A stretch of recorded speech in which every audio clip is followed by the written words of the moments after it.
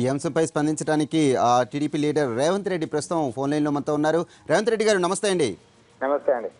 తెలంగాణ స్పీకర్కు ఎర్రబెల్లి ఇచ్చిన లేఖను సభాపతి ఆమోదించడంతో మొత్తం 12 మంది కూడా టీఆర్ఎస్ ఎమ్మెల్యేలుగా ఇక ముందట పరిగణించడం జరుగుతుంది. దీనిపై మీరు నెక్స్ట్ స్టెప్ ఏం చేయబోతున్నారు? ఇప్పుడు స్పీకర్ గారు తీసుకున్న నిర్ణయం అయితే మాకు అధికారికంగా సమాచారం లేదు. ఒకవేళ స్పీకర్ గారు ఆ రకమైన నిర్ణయం తీసుకున్నారంటే అది రాజ్యాంగ ఉల్లంఘన అవుతుంది. స్పీకర్ గారు పరిధిలో లేని అంశాలను స్పీకర్ గారు నిర్ణయం తీసుకుంటున్నారు. విలీనం అనే ప్రక్రియ అనేది స్పీకర్ పరిధిలో అంశం కాదు, కేంద్ర ఎన్నికల అధికారి పరిధిలో అంశము. ఎక్కడైనా కానీ పార్టీ సుప్రీం శాసనసభలో సభ్యులు కానీ శాసనమండలిలో సభ్యులు కానీ అనుబంధ విభాగాలే తప్ప వారు సర్వస్వతంత్రంగా ఎలాంటి నిర్ణయం తీసుకునే అవకాశం రాజ్యాంగంలో లేదు. 10th షెడ్యూల్లో ఉన్నదాన్ని పార్టీ విలీనాలకు సంబంధించిన అంశాలను ఈరోజు శాసనసభ్యులకు హక్కులు ఉన్నట్టుగా స్పీకర్ గారు భావించిన నిర్ణయం తీసుకొని ఉండొచ్చు. ఇది న్యాయస్థానంలో ఖచ్చితంగా కొట్టివేయబడుతుంది. ఈరోజు స్పీకర్ గారు ఒకవేళ మీరు చెప్పినట్టుగా నిర్ణయం తీసుకుంటే ఖచ్చితంగా న్యాయస్థానాల్లో తలుపు దాడతాం. 10th షెడ్యూల్లో ఉన్న ఏవైతే అంటే విశేష అధికారాలు ఉన్నాయో అవి కేంద్ర ఎన్నికల అధికారికి ఉండే అధికారాలను ఈరోజు స్పీకర్ గారు తనకు ఆపాదించుకొని తనకు ఆ హక్కు అధికారం ఉన్నట్టుగా భావించి వారు తీసుకున్న నిర్ణయాన్ని తెలుగుదేశం పార్టీ ఖచ్చితంగా న్యాయస్థానంలో ఛాలెంజ్ చేస్తుంది. స్పీకర్ గారి నిర్ణయం తప్పు.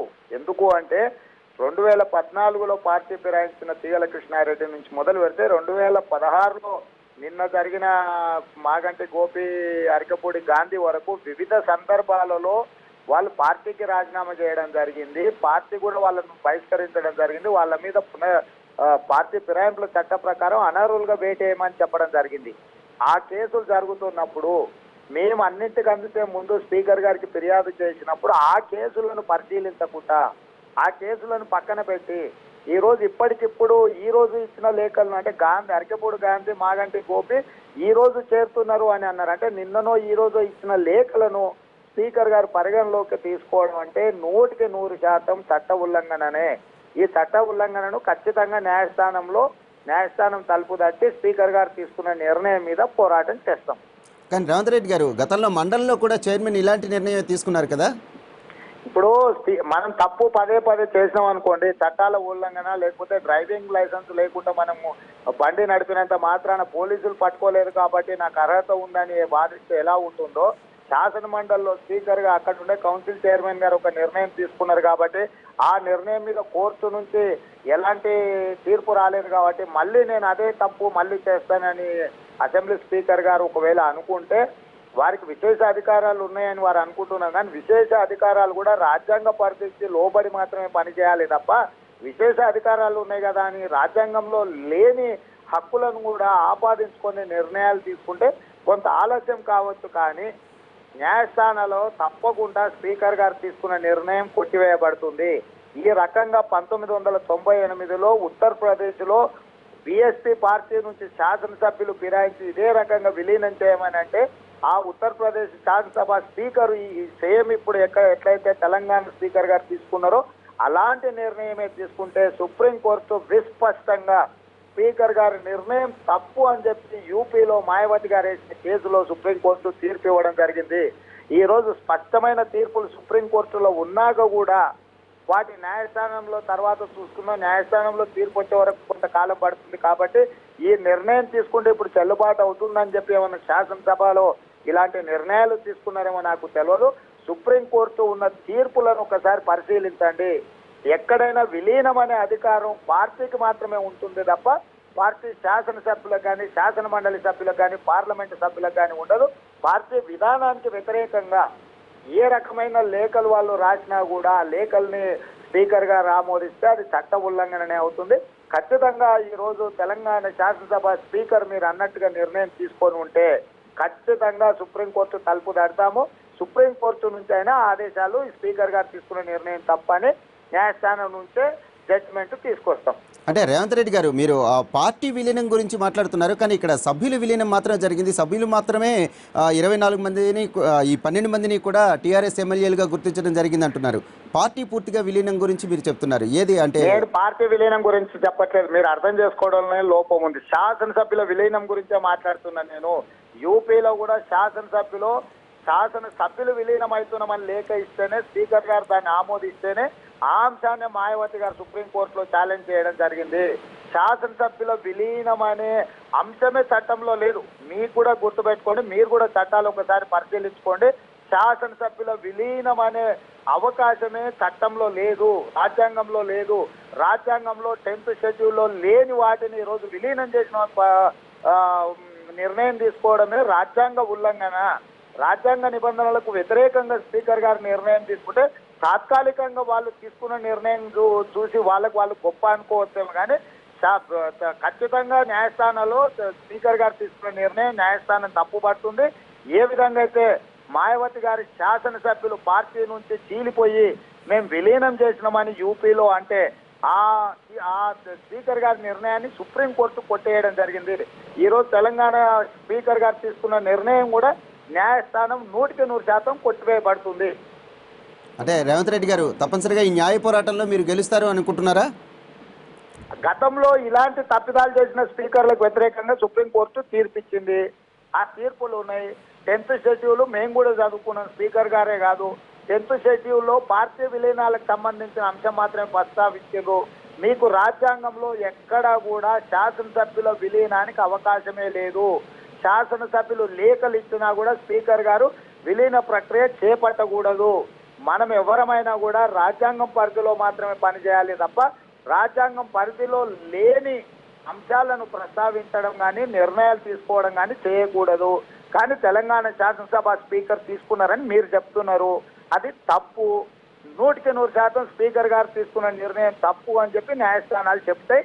నేను ఖచ్చితంగా అందుకే చెప్తున్నాను. మీరు ఒకసారి 1998లో మాయావతి గారు సుప్రీంకోర్టులో తెచ్చిన జడ్జిమెంట్ను మీరు ఒకసారి చూడండి. కావాలంటే ఆ జడ్జిమెంట్ కాపీని మీకు పంపిస్తాను, స్పీకర్ గారికి కూడా పంపిస్తాను. ఒక పక్కన అనర్హత వేటును విచారణ ఎదుర్కొంటున్న సభ్యులందరూ కలిసి మేము తెలుగుదేశం పార్టీ సభ్యులమే, మేము పోయి టీఆర్ఎస్లో విలీనం అవుతామని ఏ రకంగా సంతకాలు పెడతారు? ఒకవేళ సంతకాలు పెడితే స్పీకర్ గారు నిర్ణయం ఎట్లా తీసుకుంటారు?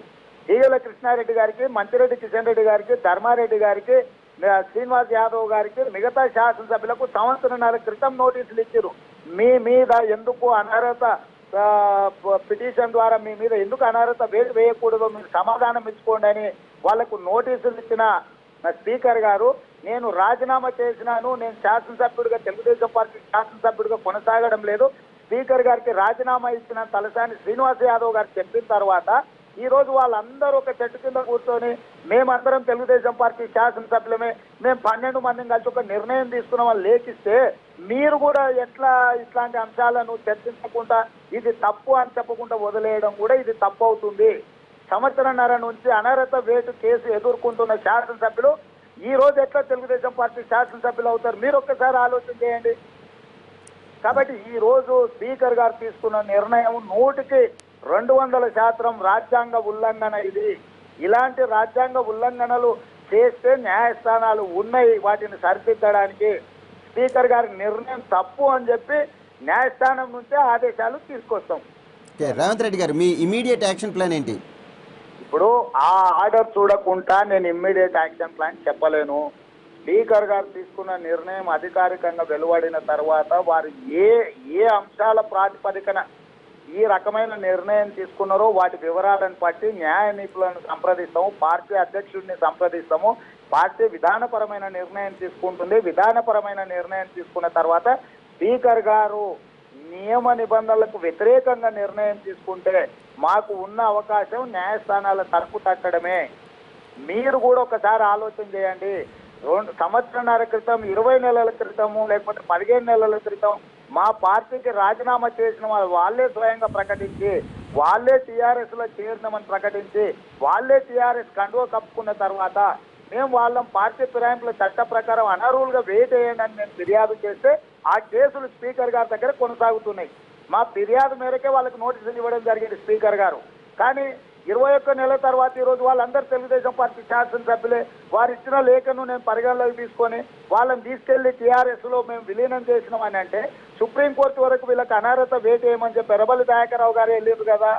ఈ శ్రీనివాస్ యాదవ్ గారి గురించి, మంచిరెడ్డి కిషన్ రెడ్డి గారి గురించి, ధర్మారెడ్డి గారి గురించి, కుకట్పల్లి కృష్ణారావు గారి గురించి వీళ్ళు పార్టీ ఫిరాయించిన వీళ్ళ మీద అనర్హత వేటేయండి అని సుప్రీంకోర్టుకి వెళ్ళింది ఎర్రబల్లి దయాకర్ రావు గారు కదా. అదే ఎర్రబల్లి దయాకర్ రావు గారు ఈరోజు వాళ్ళు మా పార్టీ సభ్యులే మేము అందరం కలిసి సమావేశం పెట్టుకున్నాం, సమావేశంలో మేము అందరం టీఆర్ఎస్ లో విలీనం అవుతున్నామని స్పీకర్ గారికి లేఖ ఇస్తే ఆ లేఖను స్పీకర్ గారు పరిగణలోకి తీసుకున్నారంటేనే ఏ రకమైన చట్ట ఉల్లంఘన, రాజ్యాంగ ఉల్లంఘన జరుగుతుందో మీరందరూ కూడా ఆలోచన చేయాల్సిన సందర్భం ఇది. ఇలాంటి తప్పిదాలకు అవకాశం ఇచ్చుకుంటూ పోతే ఇక ఈ దేశంలో రాజ్యాంగం అనే దానికి అర్థం కూడా మారిపోతుంది. కాబట్టి మీరందరూ కూడా విశ్లేషించండి, న్యాయ నిపుణులు విశ్లేషించండి, తెలంగాణ విద్యావంతులు ఆలోచన చేయండి, తెలంగాణ ఉద్యమకారులు ఆలోచన చేయండి. వచ్చిన తెలంగాణలో చంద్రశేఖర్ రావు గారు ఏ రకమైన అరాచకాలకు పాల్పడుతున్నాడో ఆలోచన చేయండి అని చెప్పి తెలంగాణ పౌర సమాజానికి విజ్ఞప్తి చేస్తున్నా. ఓకే రేవంత్ రెడ్డి గారు, అంటే ఇప్పుడు ఈ నిర్ణయంతో టీడీఎల్పీ కార్యాలయాన్ని కూడా వెనక్కి తీసుకునే అవకాశం ఉంది కదా, దానిపై ఏమంటారు? ఇప్పుడు ఇవన్నీ ఊహాజనితమైన ప్రశ్నలు. టీడీఎల్పీ కార్యాలయం తీసుకుంటారా? ఆంధ్రప్రదేశ్ వాళ్ళ అంటే ఆంధ్రప్రదేశ్ కోటాలో ఉన్న ఎమ్మెల్యే క్వార్టర్స్ లో ఎర్రబల్లి దయాకర్ రావు గారు ఉన్నారు. ఉన్న పలంగా ఆంధ్రప్రదేశ్ ఉద్యోగస్తులపై ఎర్రబల్లి దయాకర్ రావు గారు సామాన్లు తీసి రోడ్డు మీద పడేస్తారు. ఇలాంటి ప్రశ్నలు అడిగితే నేను ఏం చెప్పగలుగుతా మిత్రమా? ఎర్రబల్లి దయాకర్ రావు గారు ఉన్నది ఆంధ్రప్రదేశ్ కోటాలో ఉన్న ఎమ్మెల్యే క్వార్టర్స్. ఇవాళ ఆయన టీఆర్ఎస్ సభ్యుడు అని మీరు అంటున్నారు. టీఆర్ఎస్ సభ్యుడు తెలుగుదేశం పార్టీకి సంబంధించిన ఎమ్మెల్యేలకు అలాట్ చేసిన, ఆంధ్రప్రదేశ్కి అలాట్ చేసిన క్వార్టర్స్ లో ఎర్రబల్లి దయాకర్ రావు గారు ఉంటున్నారు. వారి సామాన్లు రాత్రే ఆంధ్రప్రదేశ్ అధికారులు వచ్చి తీసి రోడ్డు మీద పడేస్తారని ఇంకో మిత్రుడు అడిగిన, పాత్రికేయ మిత్రుడు. ఏం సమాధానం చెప్తా దీనికి నేను? తెలంగాణ తెలుగుదేశం పార్టీకి సంబంధించిన కార్యాలయాన్ని కూడా స్పీకర్ గారు తీసుకుంటారా లేదా, ఏం జరుగుతుంది అనేది ఊహాజనితమైన ప్రశ్న. ఈ ఊహాజనితమైన ప్రశ్నకు నా దగ్గర సమాధానం లేదు. కానీ ఏ రకమైన నిర్ణయాలు తీసుకున్నా ఈ నిర్ణయాలన్నీ కూడా న్యాయ పరీక్షకు నిలబడాల్సిన అవసరం ఉన్నది.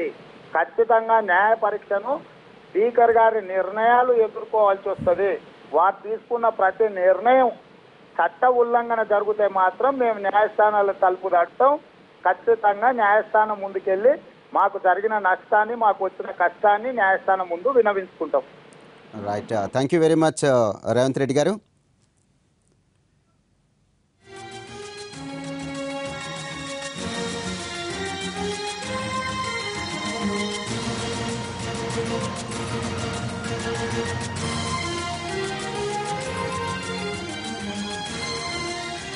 గత కొంతకాలంగా పార్టీ మారిన టీడీపీ సభ్యులను టీఆర్ఎస్ సభ్యులుగా గుర్తిస్తారా లేదా అన్న సస్పెన్స్కు తెరవిడింది.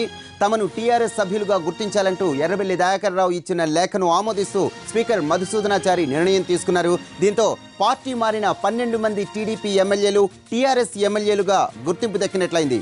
ఇటు టీటీడీపీలో కేవలం 3 ఎమ్మెల్యేలు మాత్రమే మిగిలారు. టీఆర్ఎస్ సభ్యుల సంఖ్య 83కు చేరింది. 2014 సాధారణ ఎన్నికల్లో టీఆర్ఎస్ 67 స్థానాల్లో విజయం సాధించగా ఆ తర్వాతి కాలంలో కాంగ్రెస్ నుంచి 4, వైసీపీ నుంచి 2, బీఎస్పీ నుంచి 2, టీడీపీ నుంచి 12 మంది పార్టీలో చేరారు. అయితే కాంగ్రెస్ నుంచి వచ్చిన 4 ఎమ్మెల్యేల అనర్హత వేటు వేయాలంటూ కాంగ్రెస్ ఇచ్చిన ఫిర్యాదుపై స్పీకర్ ఇంకా నిర్ణయం తీసుకోవాల్సి ఉంది.